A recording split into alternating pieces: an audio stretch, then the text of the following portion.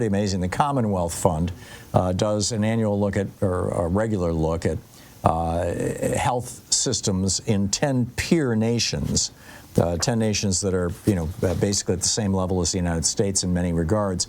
That would be Australia, Canada, France, Germany, the Netherlands, New Zealand, the United Kingdom, Sweden, and Switzerland. And this is their 20th annual mirror report that is, looking at America and comparing us to these other countries. And what they found was that our healthcare system, we pay about twice what the people in any of those other countries pay for healthcare. We pay about 4 times what they pay for drugs. And basically they came out and said our healthcare system's a mess here in America. We're 10th out of 10. We're dead last.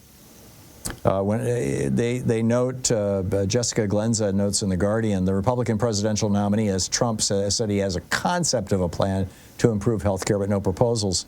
The Project 2025 just wants to gut public health infrastructure and scientific infrastructure.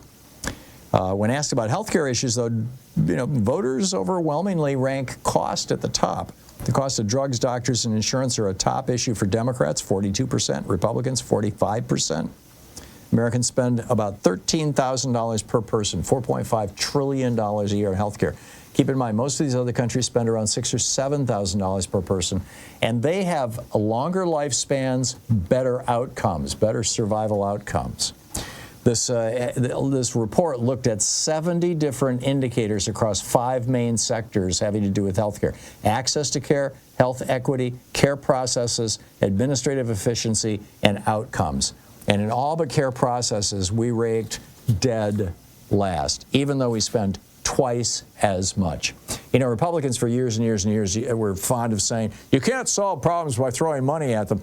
I think we've proved that with our healthcare system.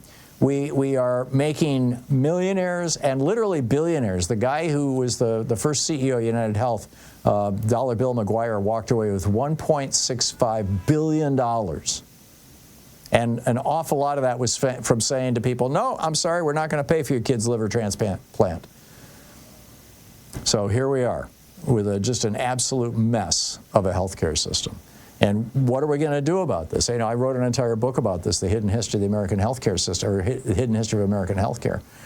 And what astonished me when I was doing the research into this was the impact that this one guy, Friedrich Hoffmann, this German immigrant to the United States who married a good Southern belle from Georgia, had in the late 19th century, early 20th century, when he traveled around the country. He became the vice president of Prudential Insurance Company, talking about how we just need to deny health care to black people and the black race will die out because they're so genetically inferior. And that became conventional wisdom in the insurance and healthcare industry from the 1880s until the 1960s. And it's one of the reasons, in my opinion, why if you want to sign up for Medicare, there's a 20% hole in Medicare. It was to keep black people from showing up in hospitals and doctors' offices. I mean, we have a healthcare system that has been badly corrupted over the years, frankly, by our racism. And then on top of that, you've got this Republican ideology that the more money you throw at business and billionaires, the better society gets, for some bizarre reason that nobody can quite explain. And so, we've got these CEOs who are making tens, hundreds of millions of dollars a year. In the case of United Health, over $1 billion a year. His successor, Stephen Hemsley, took over $500 million a year out of the company. I mean, this is a system that is just badly, badly broken, as the Commonwealth Fund found out. We need to do something about this. But as long as Republicans control the House, the Senate, or the White House, ain't nothing going to happen. We need a blowout this fall, so double check your voter registration at vote.gov. You're listening to the Thom Hartmann Program. Call 202-808-9925. And, of course, check out Greg's movie at saveyourvote.com. We'll be back with your calls on the other side of this break.